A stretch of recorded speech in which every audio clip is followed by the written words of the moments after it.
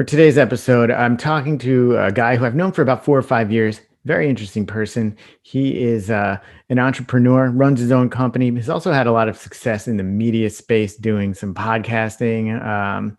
He had one podcast that really took off and has been very successful. Also does a number of other things. Very active in the community with coaching youth sports and taking part in some local charities and so forth. But like I said, great guy. Really interesting. My special guest today is Anthony Fasano.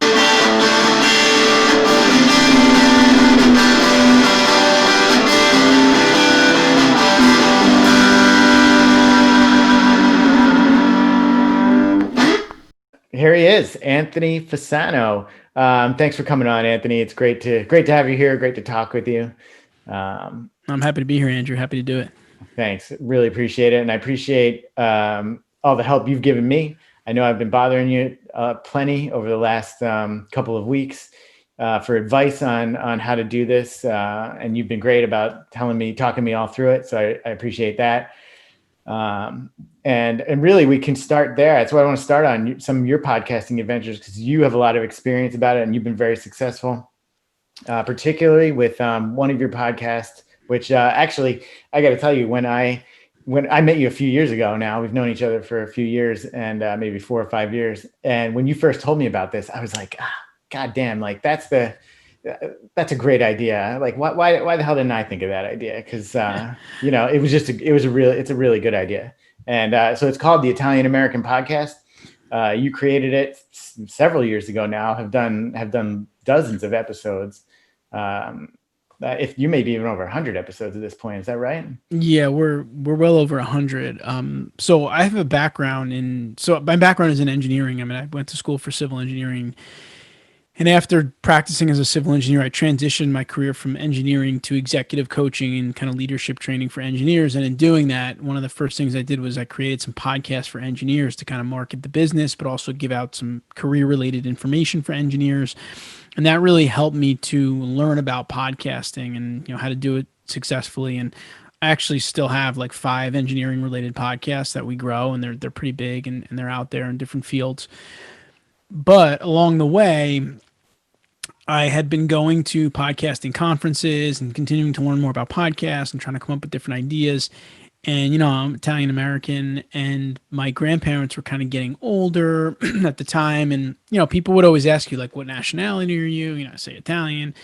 And at some point, I think I was like mid-30s, I was kind of like, that seems like a little bit boring to me. Like, I don't know what that means. Like, you tell someone you're Italian, like, what does that mean? Like, your family came here at some point. So I was like, I should look into it before my grandparents get so old that I can't get that information anymore. So I contacted my grandma. I went to her house and I just sat there and she started telling me everything. I started typing, getting all this information. I was like, wow, this is interesting.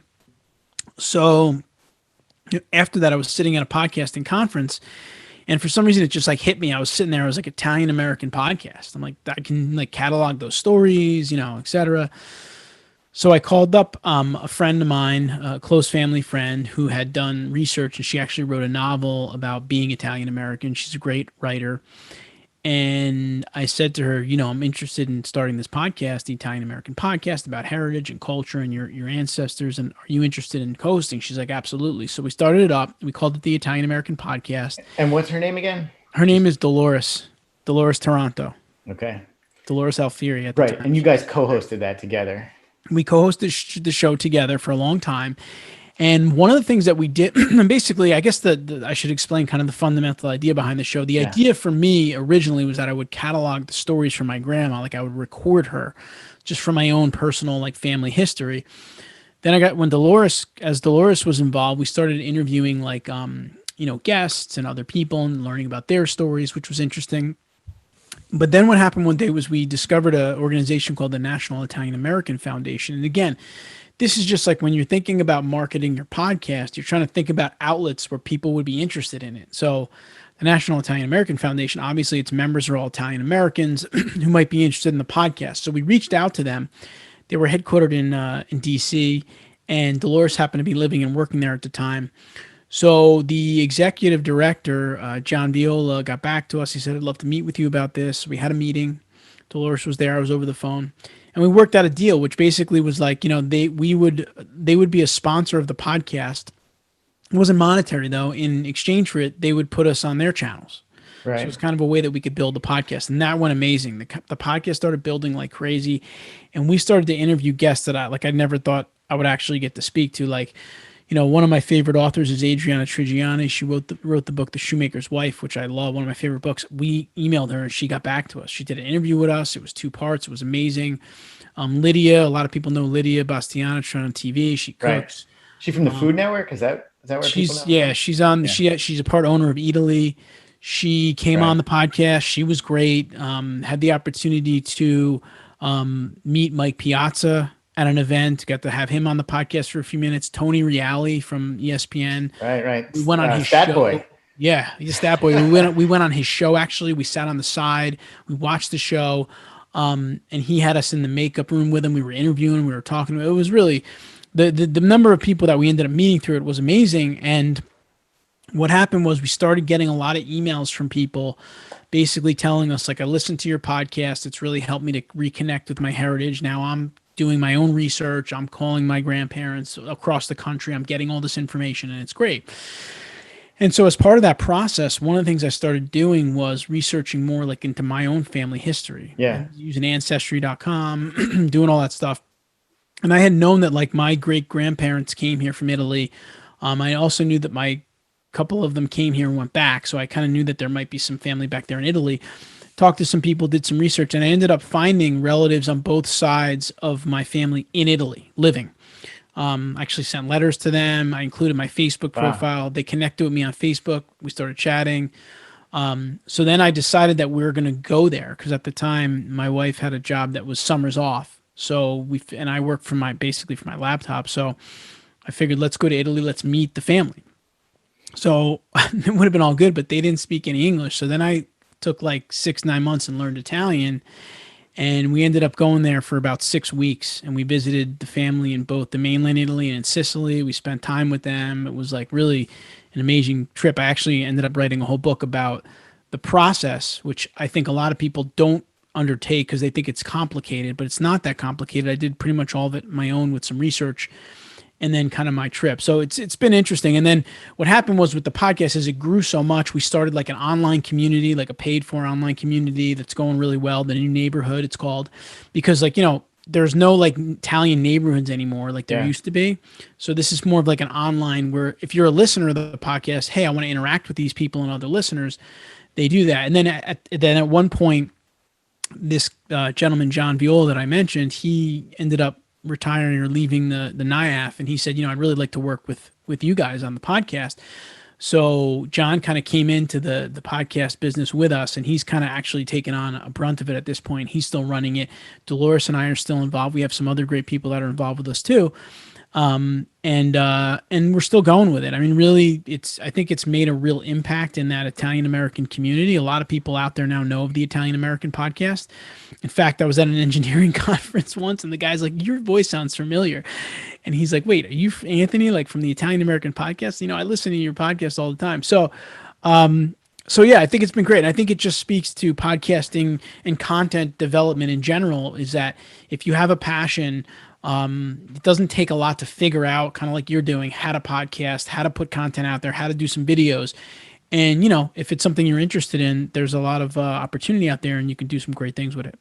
Yeah. So you had a lot of success with that. And, but just to go back for a minute, it really, like you said, it started with your grandmother. How far did you get in terms of interviewing her or, learning, discovering stuff from her?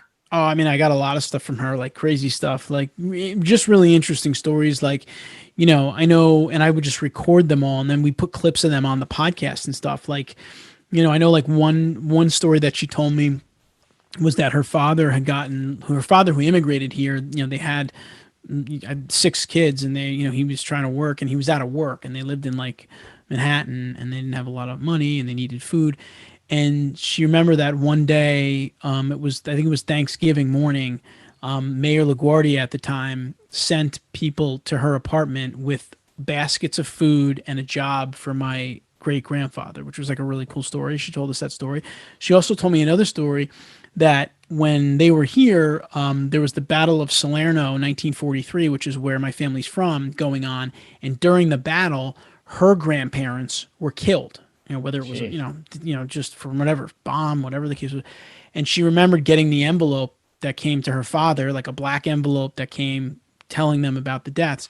Yeah. So when I was in Italy, I went to the comune there, the village hall, kind of in that town, and I said, I'm looking for this information about my great great grandmother. Here's her name. I believe she died in 1943. And sure enough, they pulled out the 1943 death book and they found her death certificate with a whole bunch of information on it. So it was kind of getting stories like that from her and then putting it all together and then being able to go back and see different things. Right. So that gave you basically a place to start, and then you had to do a little more investigating. Yeah, it gave me, Um, I mean, a lot of information to start with. And there's crazy stuff too. Like I know that my grandma makes like an Easter pie every year. And when I went back to Sarno, which is where she's from, I saw the Easter pie like in a deli there on the main street, and I had it, and it was yeah. like the same exact taste. Like, Yeah. so you could My see mom, how my it. mom makes that still, but my Yeah, grandmother made that, and that's interesting. So Sarno, explain where that is in Italy. I don't think a lot of people probably know that. right. So Sarno is, and my family's mostly like around the Naples area, the Salerno region. Yeah, Except for my mom's side, they're also from Sicily, so we kind of went to both. But if you flew into Naples, you'd be there to most of those places within 45-minute drive or so. yeah, But it's beautiful. I mean, it's like up in the mountains. I mean, southern Italy itself right, is just really beautiful and right. really Na- affordable. yeah, Naples is southern Italy, and it's on the eastern side, right? God, my Yeah, geography is not even that great, but on the eastern side, not far from Vesuvius and from Pompeii. Uh, right. And we went yeah, there too as well on our trip. We yeah. went to both those places, which Yeah, are. yeah. I've been there as well. They actually just made, I don't know if you saw that news, they made a tremendous find there. Did you Oh, see really? they Recently? in Vesuvius, they uncovered or not in Vesuvius, in Pompeii, it was covered in ash from the Vesuvius eruption, but they found this whole fast food stand in Oh, wow. remarkable condition. It's unbelievable with all these paintings and everything. It's amazing. I'll send you a link to that story. But anyway, so Southern Italy, Sarno, and that when you're talking about your grandmother, you're talking about your mom's side or your dad's side here. So, I mean, I've talked to both of them. I spent probably the most time with my mom's mother, who had a lot of information, but I also spent some time with my father's mother as well. And she was the one whose father came here with his brother, and then his brother didn't like it here and went back to Italy. And they have a farm going back there, his family, which is where we went. Yeah, So I was lucky to get information from both sides. that's interesting.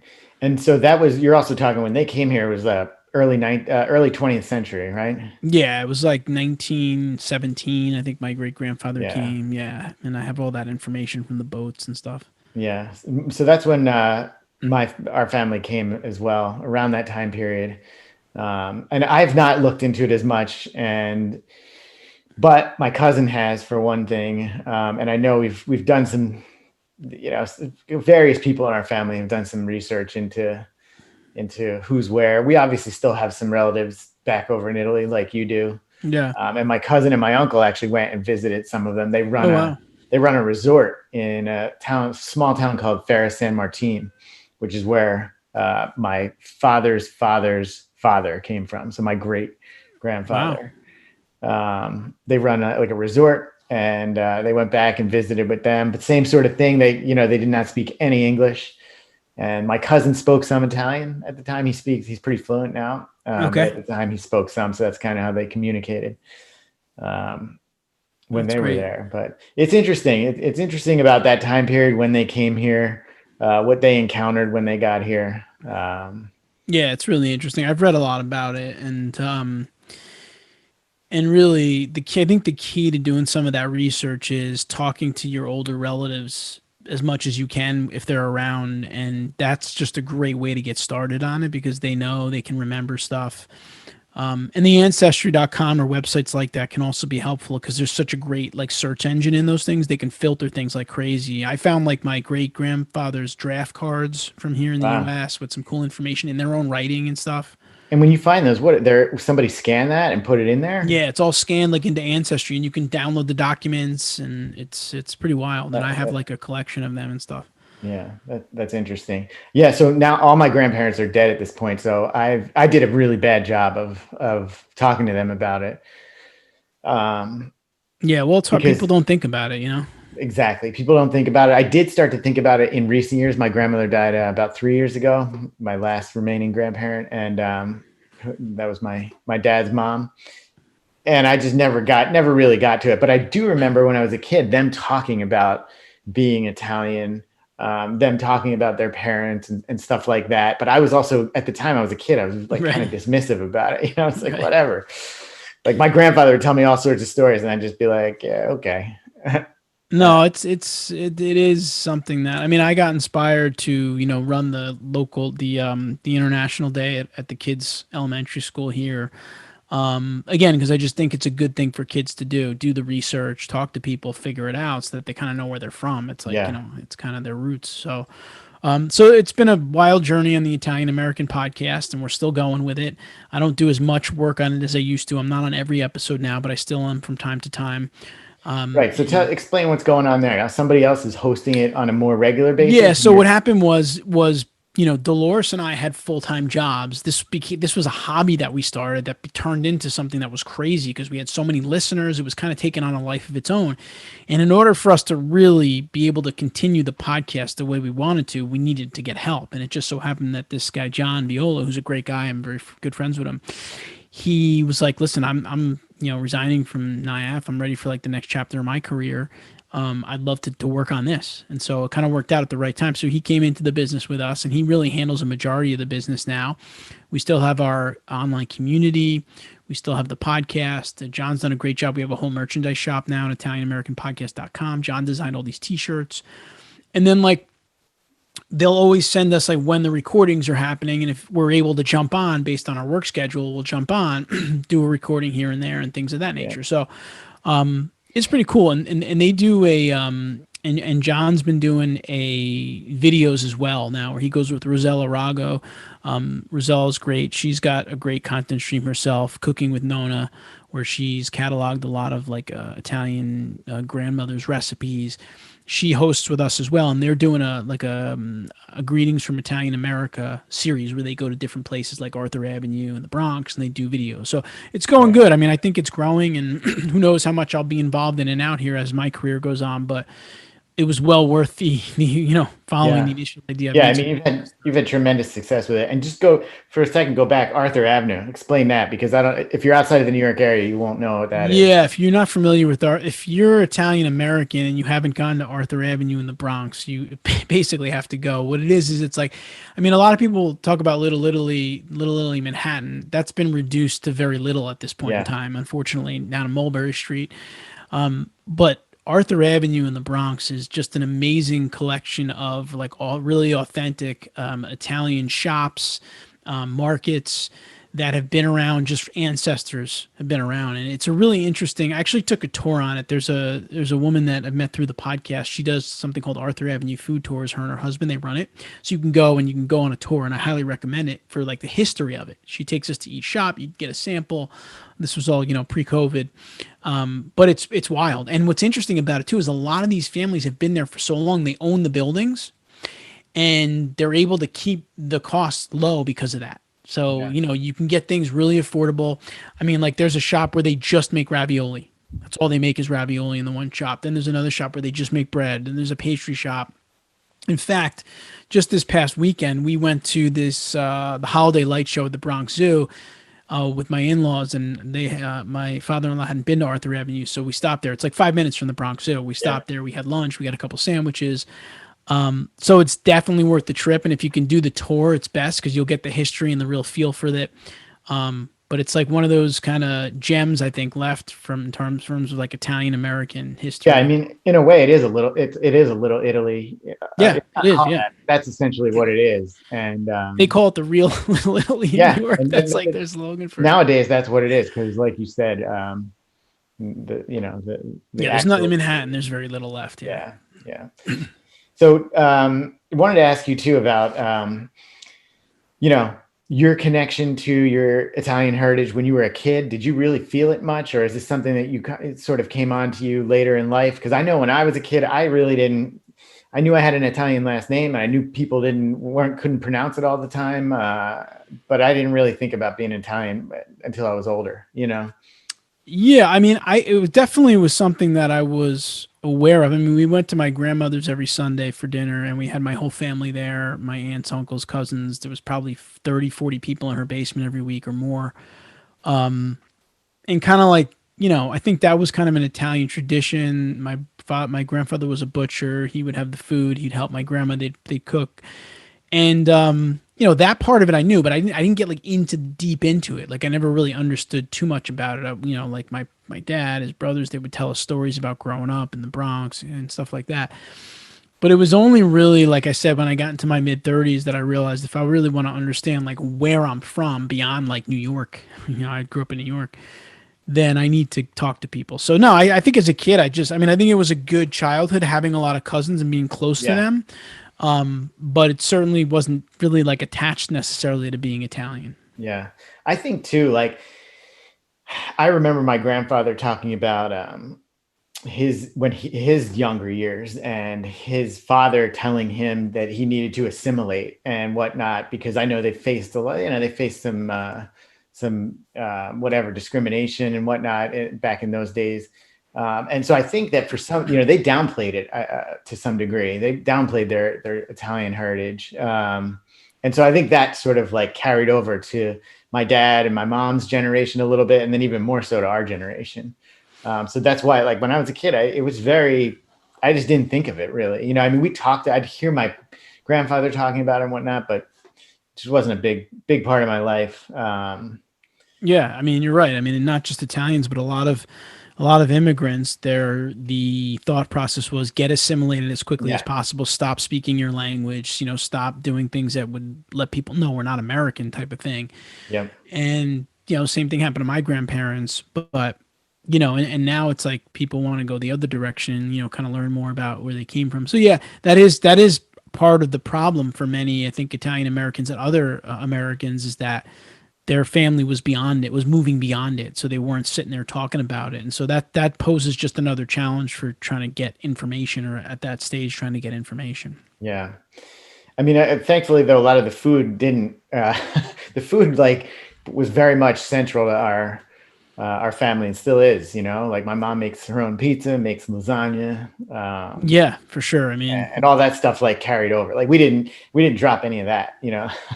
yeah, and that's actually been a topic on many of the podcast episodes. Some of the traditions, like the food, like the Sunday dinners, like things of that nature. Because, like Lydia, for example, who I mentioned, we had a good conversation with her about that, being that like those meals are like a great opportunity to bring family members together, basically.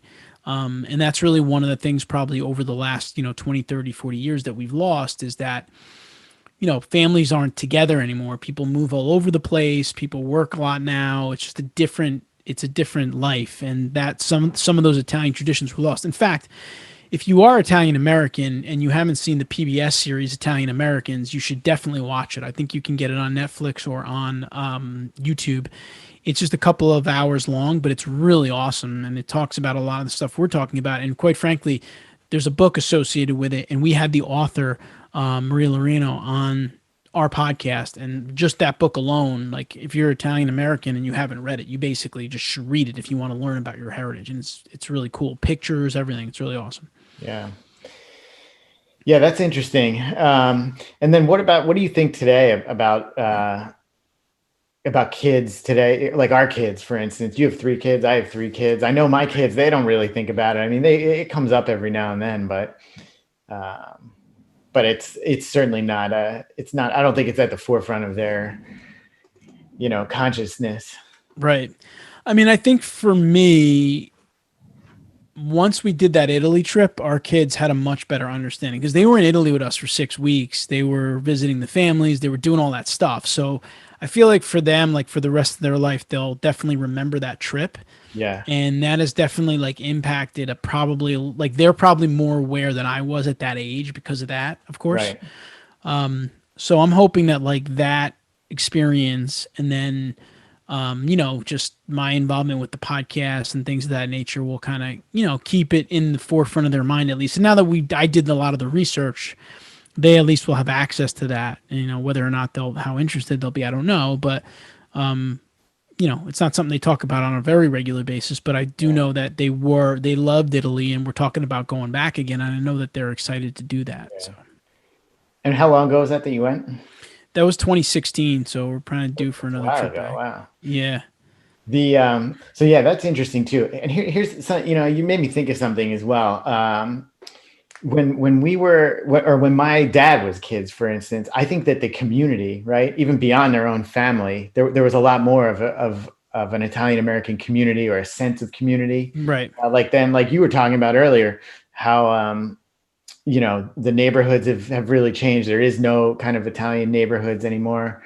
And you sort of moved that online and whatnot. But actually, I remember, I should see if I can find it here. My brother sent out a photo that he had. It was from like 51 or 52, of my dad, his brother, and their father, at this Italian social club event. It was like a father-son banquet. Wow. Let me see if I can find it here.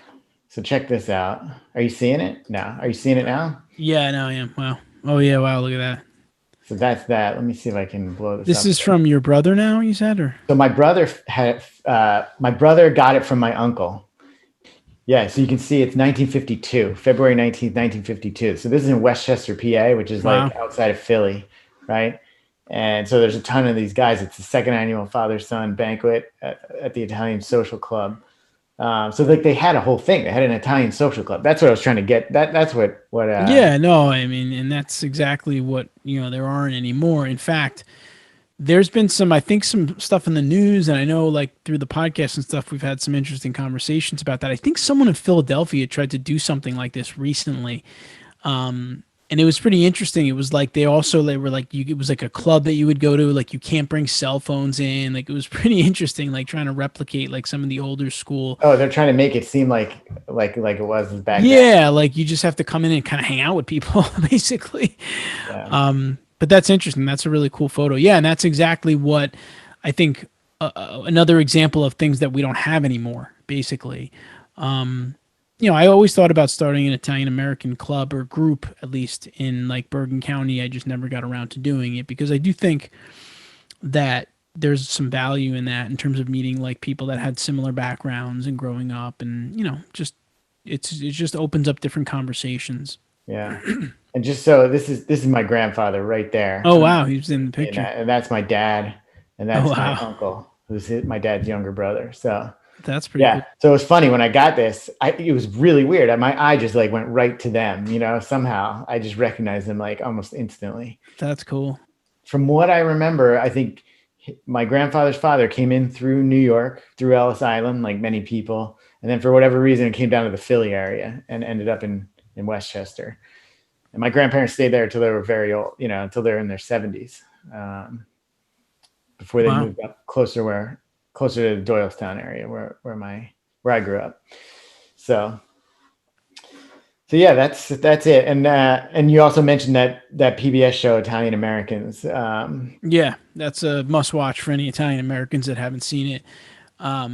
It's really interesting. In fact, one component of that show is there was a town in Italy. I can't remember the name of it now. Maybe Roseto, Valfor, something along those lines. And the whole community in Italy said we're going to go to the U.S. like together, like as a community. And they went to a place which is known as Roseto, Pennsylvania. And they started this whole community where they had like one person was like the bakery, one person was this, and like they had a farm, and they call it interacted.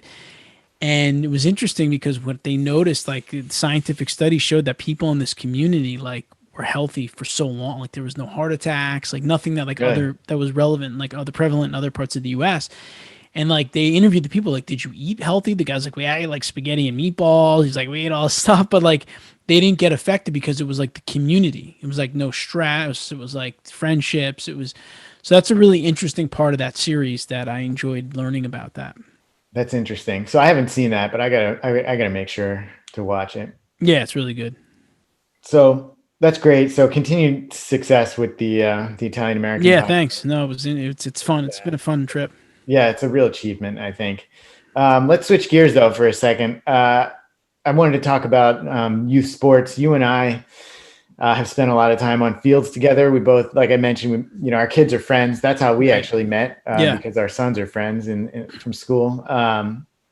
And you, more than I have spent a lot of time on the field coaching youth sports, and we even play some sports together at times.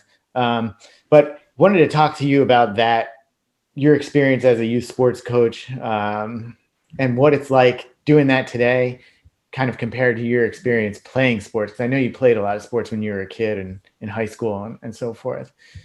Yeah, I mean, I think first of all, like just the general philosophy for like, I think me and my wife is like, you gotta like keep these kids active today. I think all parents struggle with that. I mean, screen time is like through the roof right now, video games, iPads, watches, all that stuff. So we're constantly like trying to combat that. That's always been a philosophy of ours. So we tend to try to just enroll them in stuff, just like sign them up for stuff, get them involved in stuff. And that's kind of, I think, how to begin with, we started getting the kids active in different sports. And I know for me, I mean, teaching is something I like to do. It's part of my job as an engineering coach and trainer. I do a lot of leadership management training coaching. And I thought that that would also be interesting for me. So I've always coached, my kids in youth sports, and I found it to be good in a lot of ways. I think like kids these days, need a lot of mentoring and a lot of guidance. I think that I think it's good. I mean, obviously they have their parents, but they need other perspectives. And sometimes they need outside perspectives or outside influences, which can be helpful. And so I think like by coaching, you're number one, you're helping to make sure that the kids stay physically active, which is great. You're helping them to get social with other kids, which is great, which they need to do, which has been a big, down of this pandemic, of course. And then I think it also just allows you to like really, you could be like be a major impact in a kid's life because of that. I mean, I remember some of my coaches, Yeah. growing up, my high school coaches, things of that nature. People often say that outside of your parents, you'll remember like your coaches. So That's so true. I remember many of my coaches from playing sports, and I think about them and even do some of the things they did, that I thought were super effective. I bring a little of that into it, even though it was a very different time. So, and totally agree on the technology. Well, I was going to say, you got technology. On one hand, it's crazy because the video games, they're so all consuming, and yeah, it's so easy for the kids to just get wrapped into that for so many hours. And we have the same challenge too, trying to get the kids to stay active, because especially during the pandemic with going out less, and yeah, that impacted sports play. I mean, for their sure. baseball season, half their baseball season was gone this year from that. Um, so video games have really filled any void left by that.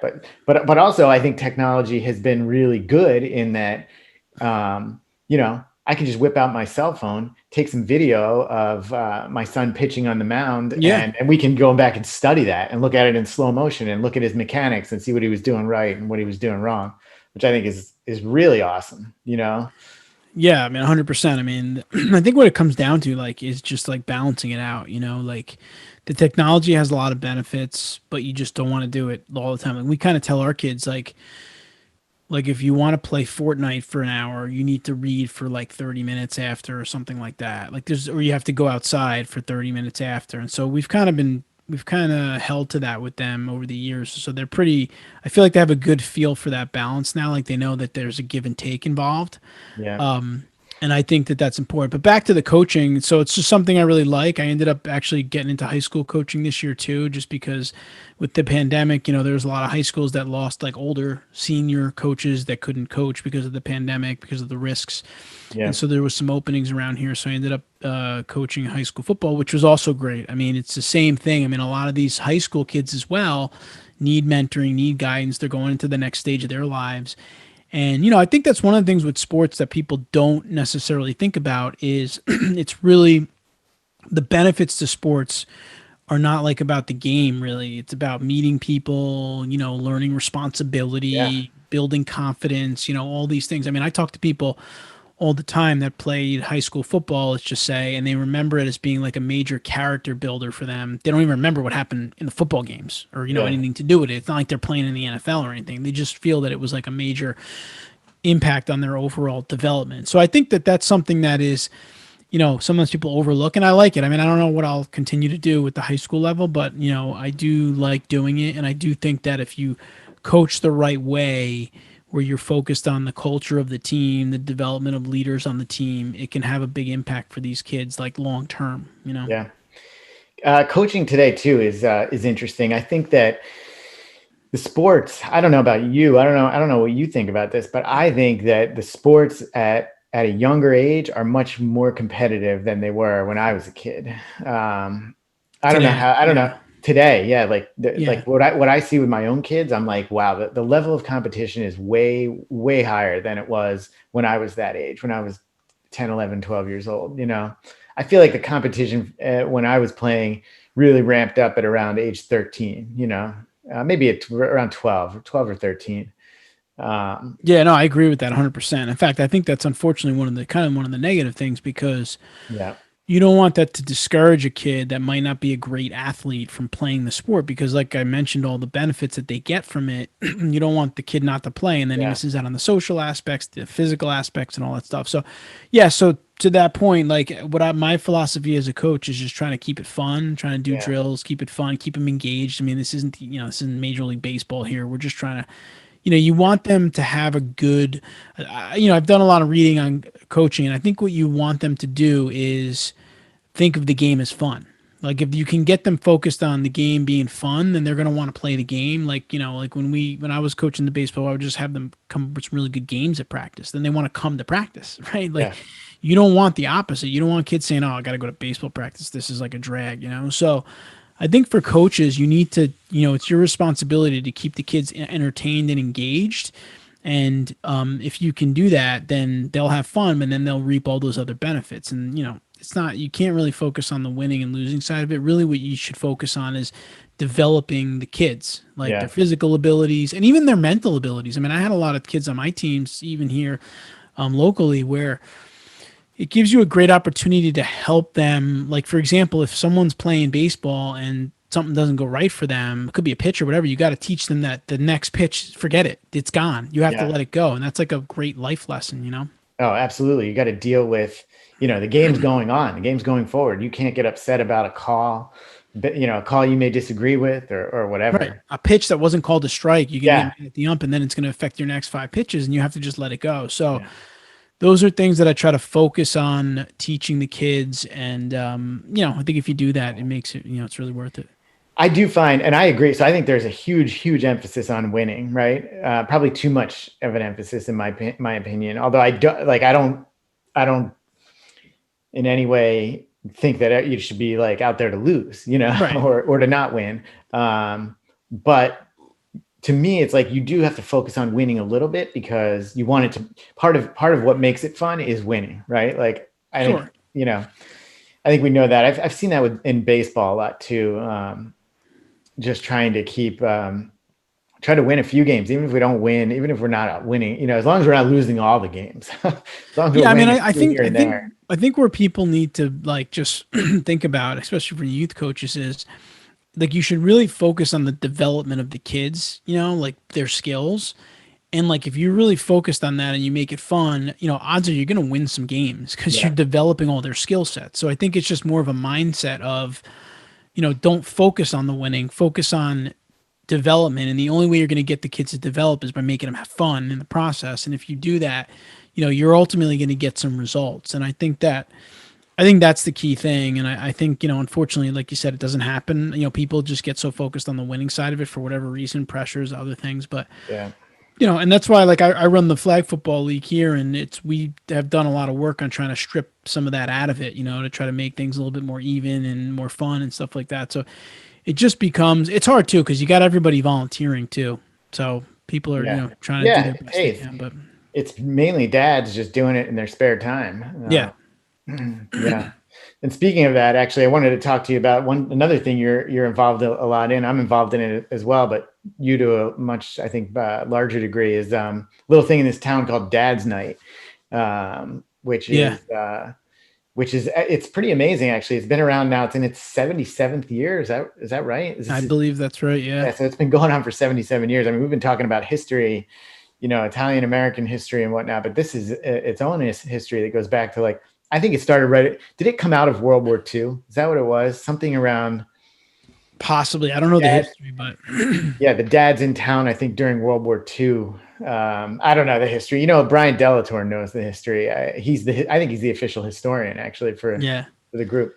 But something around there. That's around when it started. Yeah, it's a great event. I mean, for people that aren't aware of it, it's basically two of the elementary schools here in town the dads get together every year and we put on a play for the kids. We start maybe January doing rehearsals and usually we put it on in March, and it raises money for the school and for different initiatives. And, Yeah, I think the biggest benefit that I've seen from it, outside of course, the money and some of the things that we've done for the schools is just the relationships that you're able to build with other dads in town, because it goes back to what we talked about with the Italian American communities, is that there's no time for like personal relationships anymore because everybody works so much and works late hours. And so the dad's night is a way that I've been able to make friends with a lot of dads in town. I ended up started playing basketball with the guys one night a week, and I feel like that's a big component of just having an overall happier life is having those relationships, which is like just one massive thing that's been kind of cut out of life these days. yeah. And so it's not just the show, which we should say the show actually it's an annual thing. Usually occurs in March, happens in one of the school theaters, and it's Yep. like a skit show. It's like a 4-hour skit show. Yeah, it's but really it's not funny. really meant to be like it's not meant to be an achievement in acting or anything. It's more No, silly, it's like totally just making the kids laugh. And usually the bad acting is what's making them laugh. right. And then there are events throughout the year, though. There's a Right. golf outing. It's not a show. It's really like a community almost in a sense. And Right. yeah, so I've enjoyed it. I mean, I've been in it for a while now. Yeah, I haven't been terribly active in it, but this year I kind of got involved with the charity component. I started helping them out a little bit. They Yeah. do stuff like that too. Like we collected turkeys this year on Yeah. Thanksgiving and we donated to food banks. I There's think you were involved with the toy drive as a well. toy drive for Christmas. There's a coat drive. I mean, there's a Drive. lot of stuff that they do. Football game. We played in a football game We together. played a We were flag actually football we game. won the championship. We won the championship. Yeah. Yeah. Uh, So it's just, what it is? It's like in a world where, like we talked about earlier, you lack some of the old like community type stuff. Some things like that, I think, yeah. allow you to keep connections, which is important. And it is actually, it does the work that it does, the money that it raises, they always go to a great cause. Yeah. And every year when we do the show, I've done the show, I don't know, maybe 4 or 5 years now. Every year when we do it, I do feel very good about having been a part of it, because I feel like we've raised money for good causes, either going to the school or people in need in the community. And that's always nice, Yeah, it is. And you know what? The other thing about it too is I always feel like I walk away with a couple of more friends from town. Yeah. Oh my Because God. it's a couple of guys in your skit that you just met for that first year. You're sitting in the auditorium and you're sitting there waiting for all the shows to get through, but you're sitting next to someone, you're talking with them, you're catching up. So I always feel good at the end of it for multiple reasons. Yeah. And then the sports. There's obviously we played football. There's like dad's night softball. I've played a couple of times. There's the golf outings. There's probably even more. There may be a few more, right? Yeah, I mean, honestly, like I don't know if I didn't have dad's night, I probably wouldn't know a lot of guys in town, quite frankly. Yeah. Oh, well, actually, I play and you've played on it on the baseball team as well, Baseball team, yeah. which isn't is essentially dad's night, but it's basically it's most of the guys on it are in dad's night, and that's like an over 35 men's baseball league, hardball, Wood bat. which is fun. Yeah, wood bat. It's great. And then the football. You know what I was going to mention to you about the football from this year's game. We were talking about technology and the phones, like having the phone there. So my son was there recording. He got a good play of you scoring a touchdown. Yeah. Scoring a big touchdown. And then on the next play, I converted the extra point. And I don't know about you. That. So to me, that was interesting. He got those videos and then he shared them, obviously. But when we were kids, we never had that. I don't know about you. You played football in high school. I was never allowed to play football. But did you get to see yourself playing? So we did have game film and like on VHS tapes in high school where the teams would tape them and you'd get to see the games and stuff like, but it's not anything, of course, like today. I mean, today, forget about it. Like I coached high school football this year, as I mentioned, and like every week you would get there's like this whole website called Huddle, and you go Yeah. in and like your other team's games are all there from the season. You watch them, all the plays are tagged, all the yardage every player has a tag. Man, it's crazy. I mean, it's nothing like what we used to have. But Right. But in terms of seeing yourself play, had you seen yourself playing much? very few times. Yeah. Yeah, I very never few did, times. right? I got maybe twice in my life. My dad showed up at a baseball game with his camera, right? With his Yeah. 35 millimeter camera, took some pictures. But back in the day, that was like, he had to go get them developed, and he had to, make sure that half the pictures didn't come out that good. Um, Yeah, Now no, I you just mean, pull out a phone, like I was saying earlier. You pull out a phone, and I've got great video of oh yeah, no, it's yeah, we never got to see ourselves. I mean, hitting, and you can, I vaguely remember in high school like they would bring in the video camera for hitting, but that was yeah, like the school doing it for development. It wasn't like my parents videotaping the right, games, you right. know. Yeah. See, I didn't get that. We didn't even get that. I never saw myself playing baseball. Um, and I played a lot of baseball growing up. Um, and then so it was great when I saw those football highlights. I don't know about you. I watched that thing probably 100 times. Yeah, no, that was great. I I was was like, actually I was actually gonna text you and say make sure we get all Mason's videos. We should put them together into like one video of the day, you know, like yeah, one highlight reel. I one mean, highlight reel. Yeah. we should do that. But it was great because I was like, I never knew what I looked like playing sports, Yeah. So I Yeah. sat there, I watched that thing over and over again.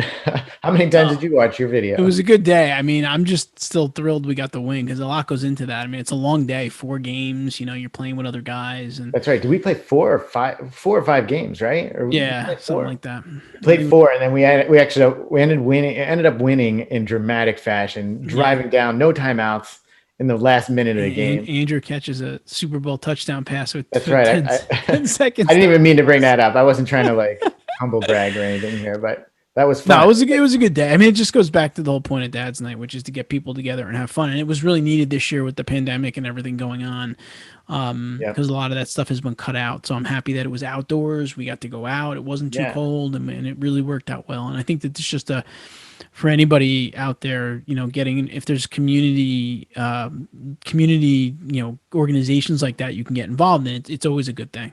Yeah. Yeah, it was a good time, and it was outdoors, and a lot of people were wearing masks, even certainly on the sidelines, but even during the game. I know I wore one the whole game. It wasn't even that didn't even bother me that much. Yeah, I mean, we coached a whole season of flag football wearing masks on the sidelines, yeah, and yeah. and then I had coached all the summer baseball season. It was just you had to wear it. So by then I was like pretty used to it, actually. Yeah, everyone's getting used to it, I think. Yeah, I was talking to the first episode I did talk to a good friend of mine, Adam Wade, and he lives in Hoboken. He was talking about how mask wearing there has been very spotty. He said Really? 50% of people walking down the street in Hoboken are wearing masks. And he said, but that's actually up. He said that's better than it's been. He said earlier on it was maybe 20% of people. Wow. Yeah, which I thought was surprising. Giving Hoboken's right across the river from New York City. Sure. It's a little small town in Jersey, right across from Midtown, basically. And obviously, New York City was the epicenter back in the early days of the pandemic. So I know we're sort of running low on time here, but last thing I just wanted to talk to you about was the Engineering Management Institute, which you touched on a little bit, but tell people about that. Tell me about what you're doing there exactly, and how to Yeah. follow you and how to keep up with that. Sure. So that's kind of my day job, which is, you know, as I mentioned, I'm a civil engineer by background. And back in 2009, I kind of decided that I wanted to transition out of engineering and more into coaching and training engineers and kind of management and leadership skills, which are skills that are really important in the world of engineering because we have very complex projects where we deal with a lot of people and a lot of moving parts, but they're not taught in school because they have to teach us all the technical engineering concepts and equations, etc. So I've been doing it now for a long time. We have a lot of content that we've developed as one side of the business, and the other side of the business is we do a lot of training and development for corporate training. So it's great. I mean, I really like it a lot. I really like what I do on a regular basis. We're growing the company, and it's a lot of fun. I've also started to also try to get more involved in like some like youth outreach for engineering because a lot of kids these days, you know, there's a lot of competing jobs that are out there now, and sometimes like civil engineering or engineering doesn't sound like the best job for people, or they're not really aware of how interesting it is. So I've started to get a little bit more involved in that. But it's great. I mean, we have a small team of people at EMI. We work hard. The company's growing, and I'm hoping to keep growing it and see where it takes us. I mean, I think it just speaks to any business. You got to find a good niche to get into, and people skills training, project management training, leadership training for engineers is a pretty good niche, especially like with my engineering background. I have a really good feel of what the needs are for the kind of the customers. Yeah.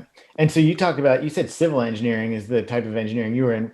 What kind of projects were you working on when you were working day to day as an engineer? Sure. So for me, I worked in like in the residential development space. So at the time, I was in New York in Rockland County, New York, but I ended up going up to Newburgh area, upstate New York, where we opened up an office, and there was a lot of apple orchards up there at the time, and a lot of the farmers were selling off. Like I guess the apple business wasn't a profitable business anymore, so they were selling to like real estate developers. So what we would do is we would have to go onto that site. We'd have to do some soil investigations to make sure that they could have septic systems for houses. We had to do a plan to show how many houses they could build on the site based on the code. We'd have to lay it out, design it, roadways, drainage systems, all those types of things. And we would take them through the approval process to get it to the point where they were allowed to go and build houses on those properties. So basically getting it to where the town would approve it. Yeah, the town would approve it, and it was Like the planning constructible. board. And then, Yeah. yep, planning board, zoning board. We take them through that whole process, and usually we would then, when they were in construction, we would be on site to make sure everything was built accordingly. But we worked on other jobs at my company, like bridges, small bridges. We worked on, stadiums, different types of things like that. So it's an interesting field, civil engineering. There's like an unlimited number of things that you can work on, depending on what discipline of civil engineering you go into. But I thought it was a great profession. I just happen to really like the training and people side of it, which is why I transitioned out of it. But my wife Jill is still a civil engineer. She works as an engineer. So and I know a lot of engineers. So I think it's a good profession, and I think the engineering education is something that's very underrated. Like when I graduated with my engineering degree, I got an offer from financial institutions. I got an offer from big consulting firms like Accenture and those types of firms. I've got offers to engineering companies because if you have an engineering degree, a finance company can teach you finance because they know you have like the analytical skills. But if you get a finance degree, you can't go and do engineering. So that's kind of like the advice I give to kids when they're a little bit up in the air about what degree they want to get. I kind of tell them, unless you're really going to be, you're going to be a doctor. Yeah. The engineering degree is very flexible in that you can do a lot of things with it. You don't have to necessarily have engineering as a profession. Yeah. It's tough though, isn't it? Isn't engineering? It's not an easy. Yeah, it's not an easy 4 years, but I mean, I thought it was worth it in the long run. But it can be a bit of a grueling curriculum for people. Yeah. Yeah. But it's also those 4 years are kind of setting you up for your career. Yeah. Well, that's interesting. You certainly have had an interesting journey in your career. And then EMI, you guys are everywhere, right? People can find you on Twitter, Facebook. Yeah, I mean, engineeringmanagementinstitute.org is the website, but we're all over the place. If you type in Engineering Management Institute and type engineering podcasts, I mean, we have a bunch of podcasts. And we've actually lately been really getting big into YouTube. We're getting close to 10,000 subscribers on our YouTube channel, which is basically all content focused around helping engineers become better managers and leaders. So right, so it's like you're talking to other people in the industry. I know one of the episodes I was watching, you're talking about the election and even like giving advice to engineers on investing. Yeah, we've had a financial advisor who he does specifically does a lot of work with engineers. He actually found our platform and he contacted me and I said, well, this is great. Engineers need finance advice too. Yeah. So we had him on a few times. He's been really good. But yeah, that's what we try to do. We just try to be a resource for engineering professionals, technical professionals on their career and development. And so we'll see. It's been fun to do. I just kind of want to keep growing it and see where it goes. Yeah, it's great. Well, listen, it was interesting talking about that. And thanks for doing this. I really appreciate it. Thanks for all your help too, getting me set up. No problem. Anytime. And good luck with the podcast. And I hope that it keeps going and growing. And I'm sure you'll get a lot of interesting people and stories, which is the power of podcasting. Gonna try to. That's the hope. But you're certainly one of them. So I appreciate you taking some time to talk to me. Yeah, no problem, Andrew. I enjoyed it. Good. All right. Thanks, man. I'll talk to you later.